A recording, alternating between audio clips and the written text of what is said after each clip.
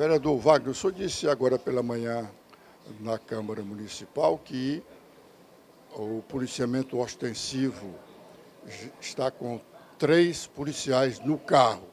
Até ontem, quarta-feira, eram 2 policiais.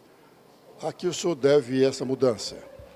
Acho primeiro a efetiva cobrança. Acho que todos nós cobramos muito. Eu fui um dos que mais cobrou aqui, inclusive na Câmara, mesmo não sendo a minha seara, porque a gente está diante de uma Câmara Municipal que tem suas limitações constitucionais, mas eu fiz questão de deixar claro que isso era errado e quem sofreria era a própria população de Fortaleza também.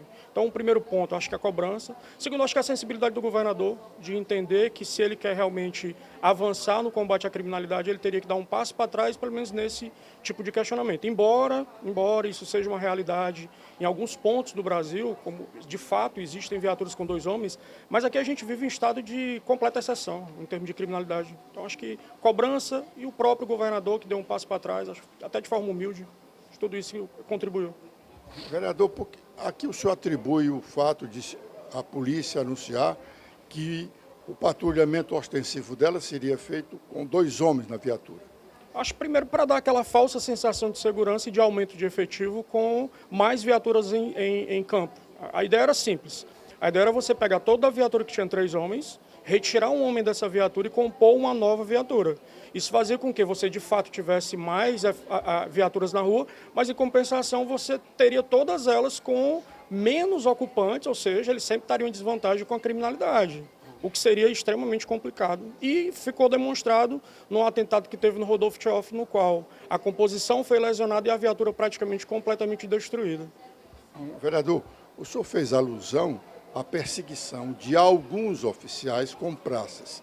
Que tipo de perseguição é esta? Essas perseguições elas acontecem diariamente. Isso é algo que eu não sei se na cabeça desses oficiais é incutido de que se deve perseguir praça para se ter, por exemplo, algum tipo de resultado efetivo em policiamento. Eu sou a prova disso, faço questão de deixar claro, nunca escondi isso de ninguém. Eu tenho depressão, eu tenho ansiedade há mais de 8 anos, em razão do que a polícia me proporcionou a título de perseguição. Fui perseguido até pouco tempo. Até pouco tempo atrás eu era perseguido por meia dúzia de oficiais por conta de questionar determinadas posturas por parte deles. Isso continua acontecendo, a gente já teve inúmeros casos de pessoas que tiraram a vida por conta de perseguição. Se a gente for pesquisar, por exemplo, os índices de suicídio no Brasil entre servidores públicos, os maiores são dentro das classes policiais, e a Polícia Militar do Ceará é uma das que sofre o maior número de perseguições por parte de oficiais. E esses oficiais superiores a esses perseguidores não sabem disso? Acho que eu acredito até que sejam notificados, que cheguem até eles, mas pelo que eu sei, eu não conheço, e se alguém te conhecer e quiser me provar o contrário, se existe algum oficial que já foi punido por conta de denúncia de perseguição contra a praça, eu acho que vai ser a primeira no Brasil, vai ser aqui no Ceará. Eu acredito que não exista nenhum caso aqui no Ceará em que um oficial foi punido porque perseguia a praça. É o contrário sempre. O policial, o praça perseguido, cruza os braços ou trabalha normalmente?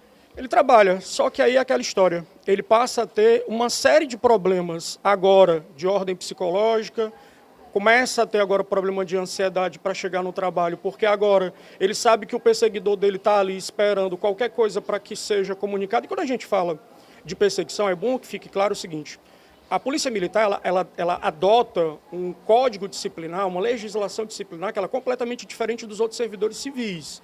Então aqui a gente está falando, por exemplo, de restrição de liberdade. São policiais, por exemplo, que vão perder a liberdade porque vão ficar, por exemplo, presos em um quartel, o que não se entende, por exemplo, no Código de Processo Penal, não existe mais prisão administrativa. Mas ainda assim, por conta de códigos disciplinares, de legislação militar disciplinar, esses policiais perdem completamente a liberdade de ir para casa. Ou seja, eles, além da perseguição, ainda têm que ficar presos em um quartel, embora não seja prisão, como a gente conhece necessariamente, mas ainda assim perdem a liberdade de ir para casa.